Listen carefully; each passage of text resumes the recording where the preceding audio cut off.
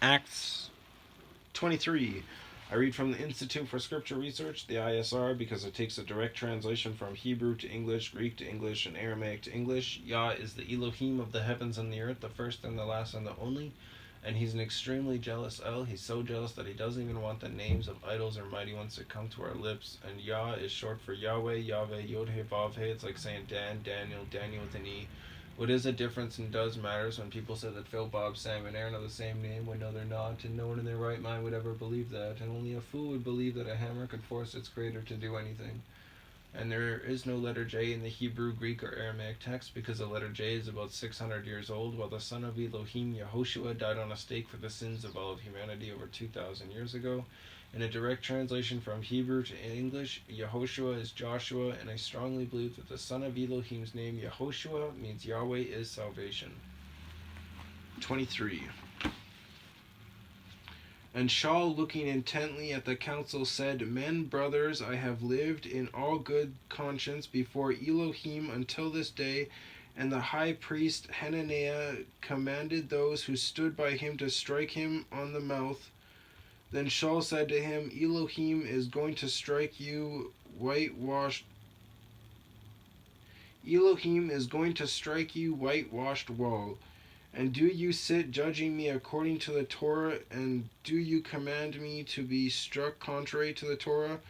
And those who stood by said, Do you revile the high priest of Elohim? And Shaul said, I do not know, brothers, that he was the high priest, for it has been written, You shall not speak evil of the ruler of your people. Shem 22:28. Now Shaul, perceiving that one part were Sadducees and the other Pharisees, cried out in the council, Men, brothers, I am a Pharisee, the son of a Pharisee. I am being judged concerning the expectation and resurrection of the dead. And when he had said this, there came a dissension between the Pharisees and the Sadducees, and the crowd was divided. For the Sadducees say that there is no resurrection, nor messenger, nor spirit, but the Pharisees confess both. And there was a great uproar, and certain of the scribes of the party of Pharisees were earnestly contending, saying, We find no evil in this man, and if a spirit or a messenger has spoken to him, let us not fight against Elohim.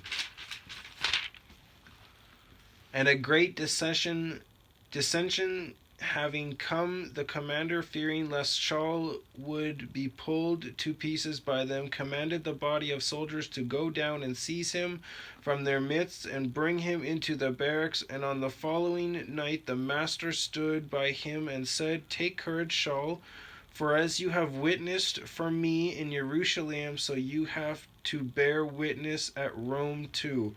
And when it came day, some of the Yehuda made a conspiracy and bound themselves under an oath, saying that they would neither eat nor drink until they had killed Shaul. And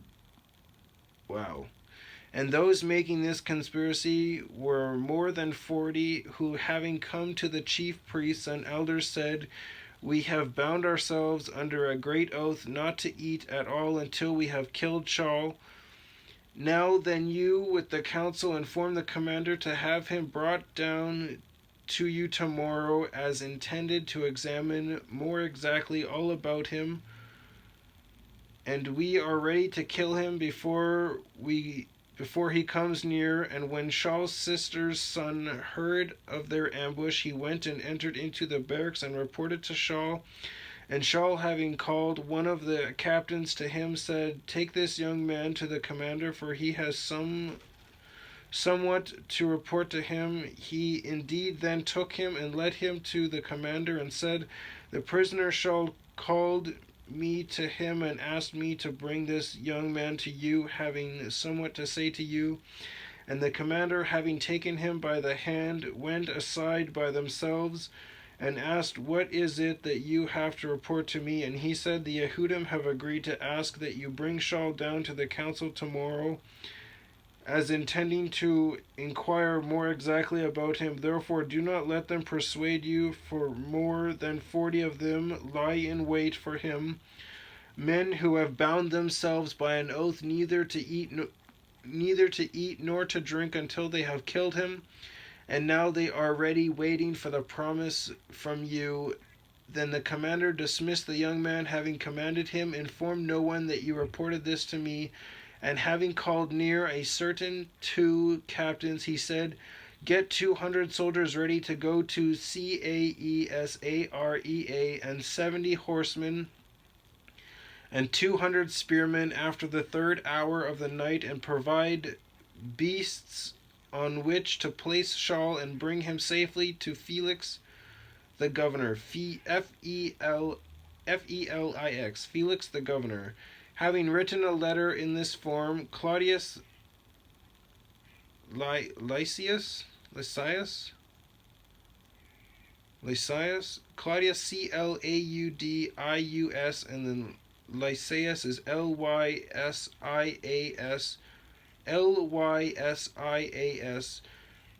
to the most excellent governor Felix, greetings. This man, having been seized by the Yehudim, and being about to be killed by them, I rescued, having come with a body of soldiers, having learned that he was a Roman, and desiring to know the reason they accused him.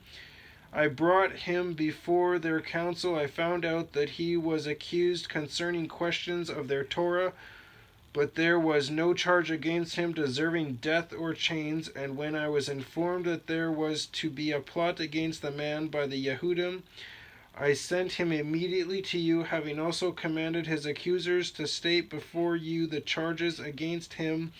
Be strong. So the soldiers, as they were commanded, took Shaul and brought him by night to Antipatris, Antipatris, and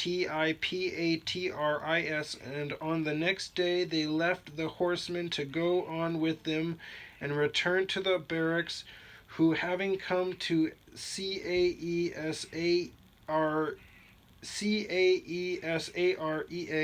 and delivered the letter to the governor, they also presented Shaul to him, and the governor, having read it, and having asked for what province he was, and being informed that he was from Kilikai, said, I shall hear you when your accusers also arrive also. I shall hear you when your accusers arrive also. And he commanded him to be kept in Hord's palace, Herodes, Hord's palace. I wonder if those people were killed, the 40 of them, by the soldiers. And also, I looked up what's that word called again?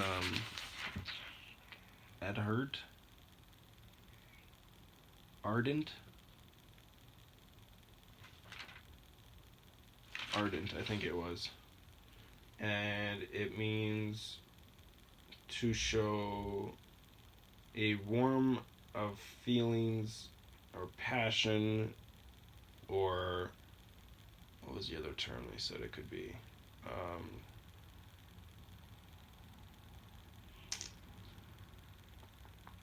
Basically, you're really passionate about the Torah, and you should be. If you love YahWeh, you will follow the Torah. That's what he says. The Bible doesn't contradict himself. It doesn't contradict itself. YahWeh's word does not contradict itself. Whatever you think you hear, you're hearing it wrong.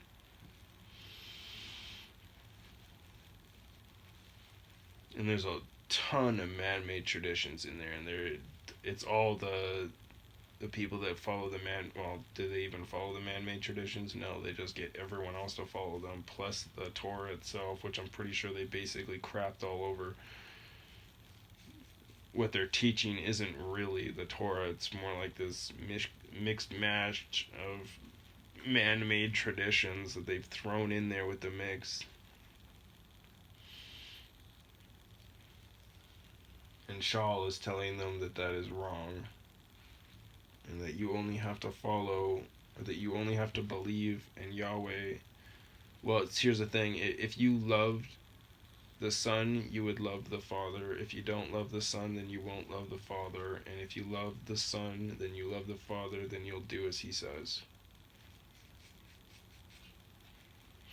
Yeah. Anyways.